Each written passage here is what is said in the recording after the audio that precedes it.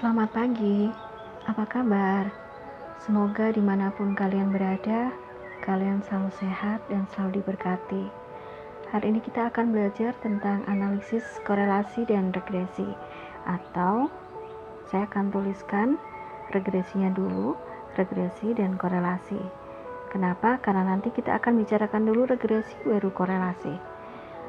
Saya sudah menyiapkan file PowerPoint untuk membantu kalian belajar dan sudah saya upload di Classroom. Kira-kira ada 15 slide. Semoga bisa membantu kalian untuk lebih memahami regresi dan korelasi. Mari kita lihat dulu definisi dari analisis regresi yang ada di slide yang kedua. Di situ dikatakan bahwa analisis regresi adalah analisis statistika yang memanfaatkan hubungan antara dua atau lebih variabel kuantitatif sehingga salah satu variabel dapat diramalkan dari variabel lainnya. Jadi dari definisi ini kita bisa memahami bahwa dalam analisis regresi selalu terdapat paling sedikit dua variabel. Nah, misalkan kita punya variabel A dan B. Di bagian selanjutnya dikatakan bahwa salah satu variabel dapat diramalkan dari variabel lainnya. Jadi misalkan hanya ada dua variabel A dan B, maka A bisa digunakan, misalnya A bisa digunakan untuk meramalkan B. Kalau misalnya ada tiga variabel A, B, dan C, sekali lagi di situ dijelaskan bahwa salah satu variabel dapat diramalkan dari variabel yang lainnya. Jadi A dan B akan bisa digunakan untuk meramalkan variabel yang ketiga, yaitu C. Demikian seterusnya kalau misalkan kita punya 4 variabel A, B, C, D, maka A, B, C 3 variabel itu bisa digunakan untuk meramalkan variabel yang keempat, yaitu D. Jadi yang bisa kita simpulkan bahwa dalam regresi itu selalu hanya terdapat satu variabel yang diramalkan. Tetapi variabel yang digunakan untuk meramalkan itu bisa satu, bisa dua, bisa tiga, bisa berapapun. Ya, jadi sekali lagi yang diramalkan hanya satu, yang digunakan untuk meramalkan bisa satu, bisa juga lebih. Nah, itu yang disebut sebagai regresi, menyatakan bentuk hubungan antar variabel. Kemudian apa yang disebut sebagai korelasi? Korelasi penjelasannya bisa kalian baca di slide yang ketiga.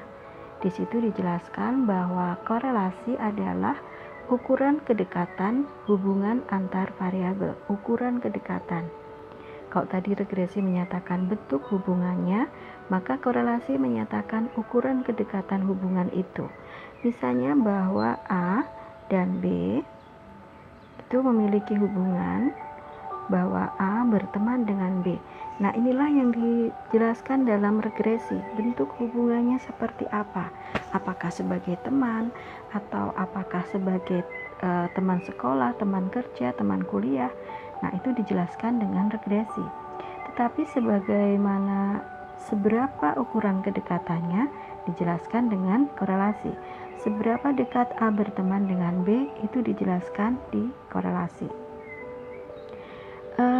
Nantinya kita akan belajar untuk menghitung baik persamaan regresi maupun koefisien korelasi. Tapi sebelumnya kita akan mulai dengan yang regresi dulu, persamaan regresi. Nah, kita akan belajar yang namanya regresi linier sederhana. Nanti dalam regresi linier sederhana, kita akan membentuk sebuah persamaan regresi yang bentuknya adalah Y sama dengan A ditambah dengan BX. Kenapa kok ini disebut sebagai linier? Karena semuanya pangkat 1. Tidak ada yang pangkat 2, tidak ada yang pangkat 3, tidak ada yang akar, dan seterusnya. Semuanya pangkat 1. Itu sebabnya kita sebut sebagai linier. Kemudian kenapa disebut sebagai sederhana? Tadi kita ingat bahwa analisis regresi itu paling sedikit terdiri dari dua variabel. Nah, di sini hanya ada 2 variabel. Jadi variabelnya jumlahnya adalah paling sedikit, minimal. Itu sebabnya kita sebut sebagai sederhana. Kemudian mana yang akan kita sebut sebagai variabel? Y, A, B, atau X? Ya, yang kita sebut sebagai variabel adalah Y dan X. Walaupun variabelnya hanya ada 2, yaitu X dan Y, tetapi X dan Y itu berbeda jenisnya. X akan kita sebut sebagai variabel bebas atau variabel independen, sementara Y akan kita sebut sebagai variabel tidak bebas atau kita sebut dengan variabel dependen. Nah, kenapa begitu? Karena besarnya Y itu akan tergantung pada besarnya X. Misalnya, kita punya persamaan regresi Y sama dengan 5 ditambah 10X. Nah, besarnya Y berapa akan tergantung pada besarnya X itu berapa. Misalnya X-nya sama dengan 1, berarti Y-nya sama dengan 5 ditambah 10 kali 1, berarti Y sama dengan 15.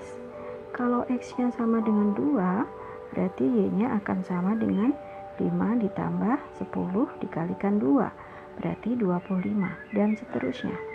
Jadi sekali lagi, berapa besarnya Y itu bergantung pada besarnya X.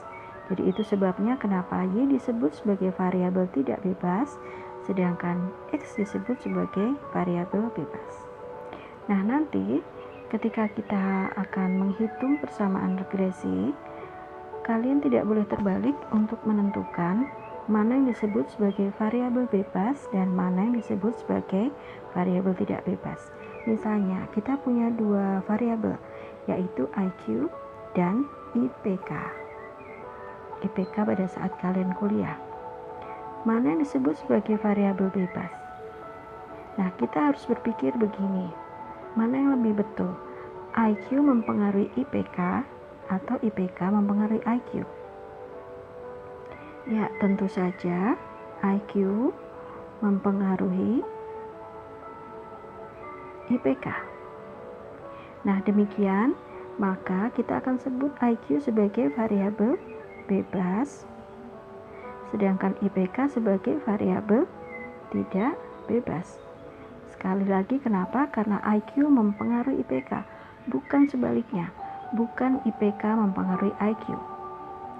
Contoh yang lain, misalnya kita punya variabel jumlah polisi, banyaknya polisi, dan banyaknya tilang, banyaknya operasi.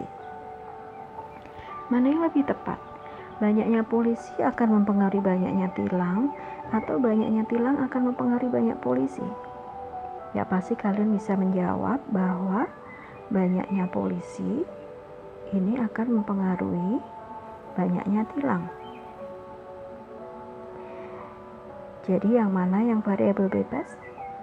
Ya, polisi adalah variabel bebas, sementara tilang adalah variabel tidak bebas. Ya, kalau kalian masih ragu-ragu, kita bisa berpikir dengan cara yang agak berbeda seperti ini. Silakan kalian perhatikan variabel-variabel itu terjadinya bagaimana secara kronologis. Mana yang terjadi lebih dulu? Nah, yang terjadi lebih dulu itu adalah yang kita sebut sebagai variabel bebas. Misalkan, dalam kasus IQ dan IPK, mana yang kita punyai dulu? IQ dulu atau IPK dulu? Ya, pasti kita punya IQ dulu, baru kita punya IPK. Nah, yang terjadi lebih dulu itu adalah variabel bebas. Berarti ini adalah variabel bebas, sedangkan IPK adalah variabel tidak bebas. Untuk kasus yang polisi, ada polisi dulu baru ada tilang, atau ada tilang dulu baru ada polisi? Ya, pasti kalian bisa menjawab bahwa harusnya ada polisi dulu, baru ada tilang. Jadi yang ada terlebih dahulu adalah Pak Polisinya.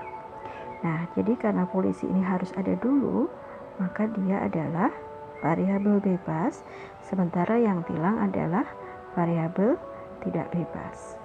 Nah, itu cara kita menentukan variabel bebas dan variabel tidak bebas. Jangan terbalik, karena itu akan mempengaruhi hasil dari persamaan regresi kita.